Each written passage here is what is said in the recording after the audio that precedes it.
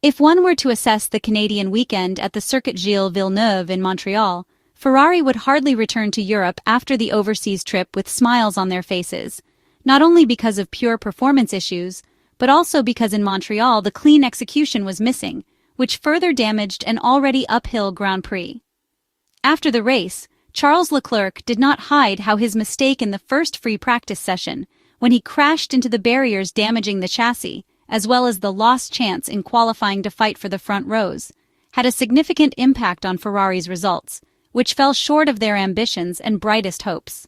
Realistically, looking also at the comparison between Oscar Piastri and Lewis Hamilton in qualifying, the second row could have been an achievable target for the Monegasque, while it would have been much harder to snatch the top two positions from George Russell and Max Verstappen. While Lewis Hamilton's race was essentially compromised by hitting a groundhog after about 10 laps, causing a floor damage equivalent to losing 20 downforce points, for the other Ferrari driver, starting position weighed heavily. Starting 8th forced strategic risks, as McLaren did with Lando Norris. From here came the choice to start on hard tires, hoping both to run in clean air to express pace and to take advantage of a favorable safety car incident at the right moment. After the race, much was discussed about strategy, especially about possible scenarios if Ferrari had followed Charles Leclerc's suggestion, who called for a one-stop strategy. The Ferrari driver said after the race that he had been quite confident in the first part of the race, especially when he saw George Russell had just stopped to put on a new hard tire, and in the end was not that much faster. The Monegasque driver acknowledged George Russell was faster, but only by about 4/10, and added that the strategy would not have made a difference anyway.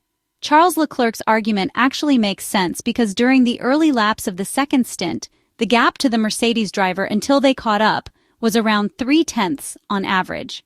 This is why the Monegasque wanted to push his team toward a one-stop race, as he believed at that point there was potential to stay out and try something different. However, realistically, the choice to stay out, as Charles Leclerc himself admitted after the Canadian Grand Prix, would not have really made a difference or led to a different result because the variables were not exactly in his favor, so much so that McLaren also opted for 2 stops.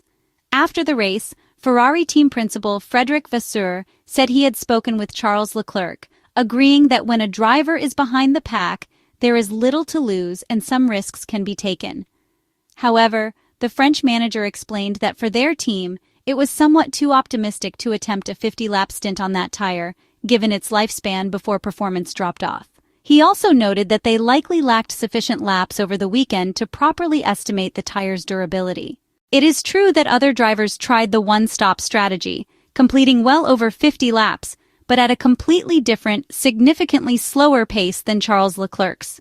Looking more deeply into the situation, as anticipated, the Monegasque's words made sense but were based on the rival's pace before they caught him, when no one was pushing to avoid stressing tires at a crucial phase.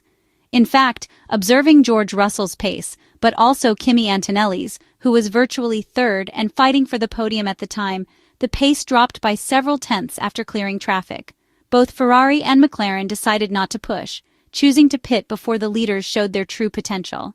Even assuming an average pace around low 1.16 seconds, the pace Charles Leclerc was maintaining before being caught by George Russell and Max Verstappen, the gap would have been too large to capitalize on compared to the pace shown later by other drivers. 2 more factors must be kept in mind. Logically, Charles Leclerc would have suffered the same degradation as other drivers, so realistically his pace would never have stayed fixed at low 116. The Monegasque would have had to extend the stint by at least another 20 laps compared to when he actually pitted, to minimize time spent on the medium tires. Considering many would have already overtaken him in their second stints, the Ferrari driver would have found himself in a situation where others could maintain a fast and consistent pace on hards, while he would have had to grit his teeth and keep extending the stint until the target around lap 50, as pitting too early would bring no advantage. The only hope to gain something was represented by a safety car, but even there the chances were limited because they depended on very specific variables. Ideally, it would have had to come out after all other drivers had already stopped for their second pit stop, but not too early to force Charles Leclerc to do too many laps on the medium Pirelli tires. Again, the window in which this strategy could have worked was very narrow. There is finally a third element to consider: the pit lane.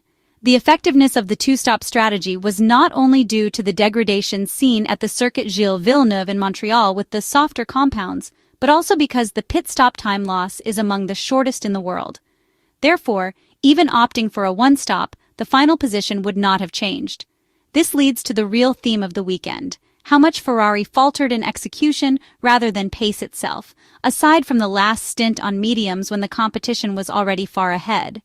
There were moments when the SF25 single-seater showed good pace, but in a race mostly played on track position, starting so far back was a major disadvantage. Frédéric Vasseur explained that the Maranello team had made too many mistakes from the start, including the incident in the first free practice session, the qualifying error, and the groundhog incident for the British driver during the Montreal race.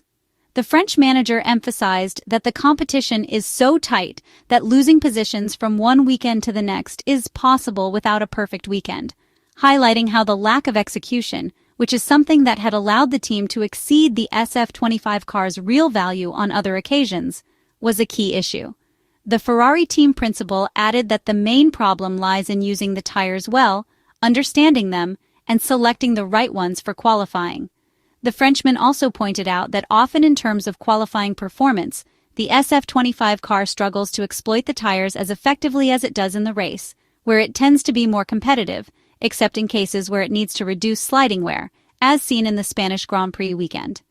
Frédéric Vasseur described this as a quite difficult task, and believed that Max Verstappen and Mercedes had done a better job that weekend compared to McLaren and Ferrari. He also pointed out that tire choice is important, probably from the very start of the weekend, requiring decisions to be made almost as early as Friday morning. One team that was able to successfully use the one-stop strategy was Haas. One might then wonder why for the frontrunners, like Lando Norris and Charles Leclerc, who had even proposed the single-stop strategy to his team during the race, it wouldn't have worked, while for Esteban Ocon it proved extremely effective. In the case of the Ferrari and the British driver, those starting ahead were not stuck in traffic and could express their desired pace without interference. It's no coincidence that, as analyzed in the first part of the video, the Monegasque had based his single-stop evaluation on data from the early laps of the second stint of Rivals, when the leading quartet of Russell, Verstappen, Antonelli, and Piastri had not yet pushed the pace, having to navigate traffic from Leclerc and Norris while also managing tires after an early pit stop. Russell and the rest of the group, however, quickly overtook both Leclerc and Norris and then significantly increased the pace. This made the single-stop tactic ineffective for both the Ferrari and the McLaren driver, with strategists turning to two stops, knowing that staying out longer would not provide advantages.